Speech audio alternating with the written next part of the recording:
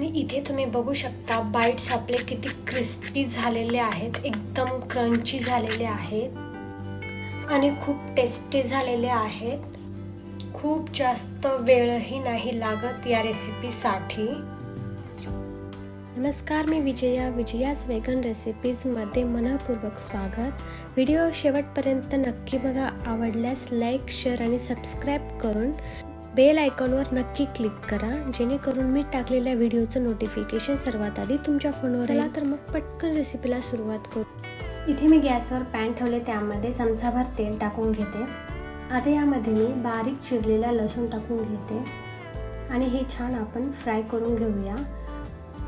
Brown colour होईपर्यंत आपल्याला लसूण छान फ्राय करून घ्यायचा आहे. आणि इथे लसूण छान फ्राय झालेला आहे. आता यामध्ये मी 1 चमचाभर लाल मिरची पावडर टाकून घेते. याऐवजी तुम्ही चिली फ्लेक्स पण टाकू शकता. आता यामध्ये 1 कप मी पाणी टाकून घेते. आता आपल्याला पाण्याला छान उकळी येऊ द्यायची आहे. इथे पाण्याला छान उकळी येत आहे.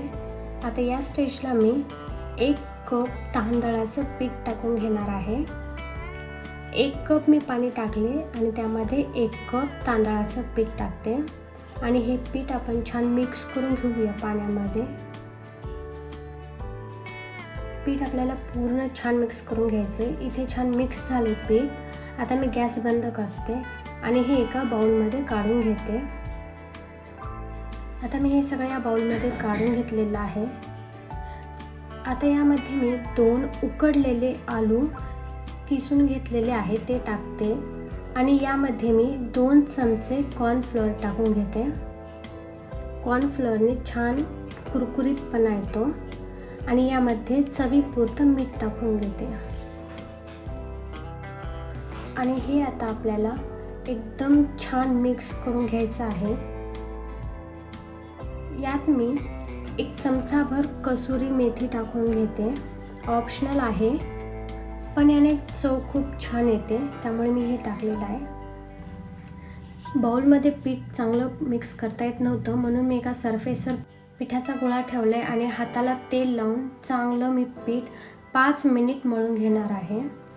एकदम छान पीठ मळून घ्यायचं आहे आपल्याला हे. आणि इथे मी हे पीठ एकदम छान 5 ते 7 मिनिट मळून घेतलेलं आहे.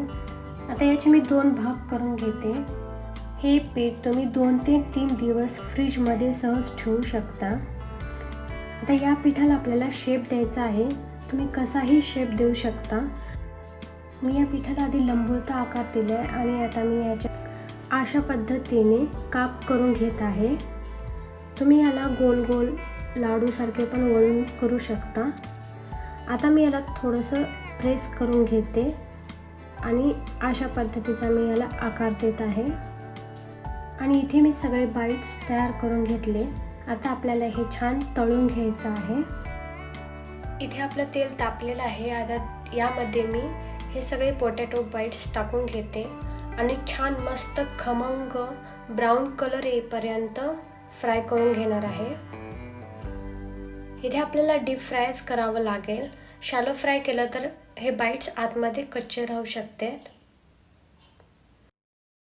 इथे पोटॅटो बाईट्सची एक साईड छान फ्राय झाली. आता मी दुसरी बाजू फ्राय करून घेणार आहे. त्यासाठी मी उलटून घेते आणि इथे पण 2 ते 3 मिनिट आपण छान फ्राय करून घेतलेलं आहे. हे बाईट्स जरा जास्तच ब्राऊन झालेले आहेत, पण काही हरकत नाही आहे. आता मी हे सगळे बाईट्स एका प्लेटमध्ये काढून घेते आणि इथे हे बाईट्स एकदम छान क्रिस्पी मस्त चवदार झालेले आहेत. तुम्हाला मी या पोटॅटो बाईट्सचा आवाज ऐकून दाखवते आणि बघू शकता आवाज किती छान येतोय, किती क्रिस्पी झालेत. आणि हे तोडून दाखवते. बघू शकता तुम्ही आतमध्यपर्यंत हे छान तळल्या गेलेत. बिलकुल कच्चं राहिलेलं नाही आहे.